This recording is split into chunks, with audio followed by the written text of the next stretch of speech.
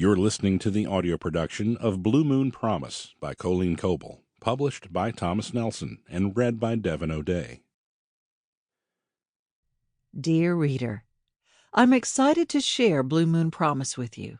It is a very personal book to me, and I hope you love Lucy because you're seeing a bit of me in her. All those control issues she has? Yep, that's me. I'm a fixer, and I mother my loved ones within an inch of their lives. I came face to face with my serious defect this year. My dear Dave was diagnosed with an aggressive prostate cancer. I found myself vacillating between putting it in God's hands and then jerking it back and wanting to fix it myself. So poor Lucy had to suffer through her own issues with lack of control until she came to the same place I did, where she realized how futile all that effort was. God is in control. I recently came across Proverbs 16:9 again and saw it with new eyes. A man's heart deviseth his way, but the Lord directeth his steps.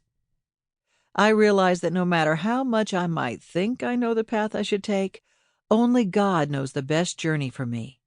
All I have to do is let go and trust Him. I think many of us are like Lucy. We say we trust God and are content to rest with what He has for us. But when the hard times come, we try to rely on our own strength way too often.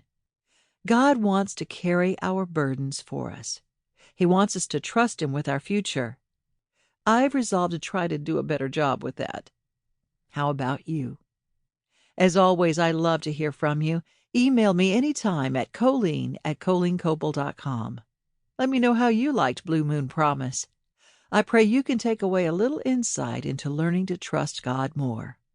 Your friend, Colleen. P.S. Dave is doing well following his surgery, and although the cancer had moved into the seminal vesicles, his first PSA was 0. So we're rejoicing.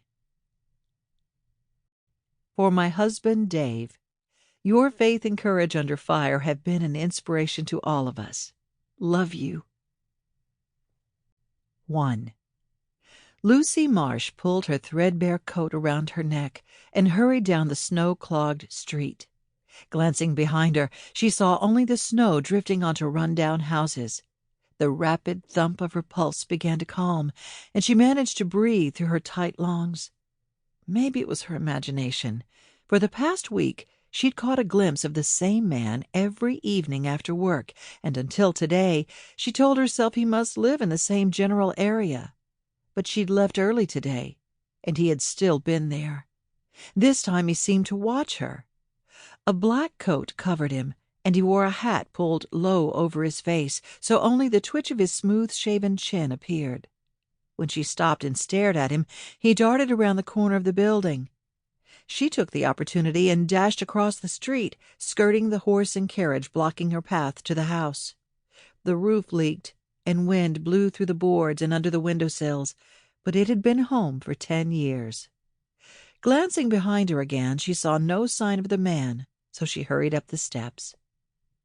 Pressing her hand to her stomach, she paused and wished she didn't have to go inside. What was she going to do now? Mrs. Hanson had been apologetic about letting her go. It was hard times, and not her work that necessitated firing her. But the hard facts didn't feed them. While 1877 had been a bad year so far, Indiana had been particularly hard hit. But she would find a way. She always managed. The steps to the porch took careful navigation. They tilted to the front, and it was easy to lose her balance. She paused outside the door. The children would worry, so she tried on a smile. When it stayed in place, she turned the doorknob.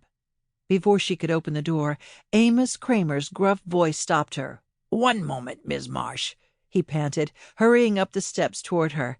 He was a large, red-faced man with sparse gray hair and a handlebar mustache. He parked himself in front of her door and wheezed, struggling to catch his breath. She had tried to be kind to their landlord until Mr. Kramer mistook her kindness for romantic interest.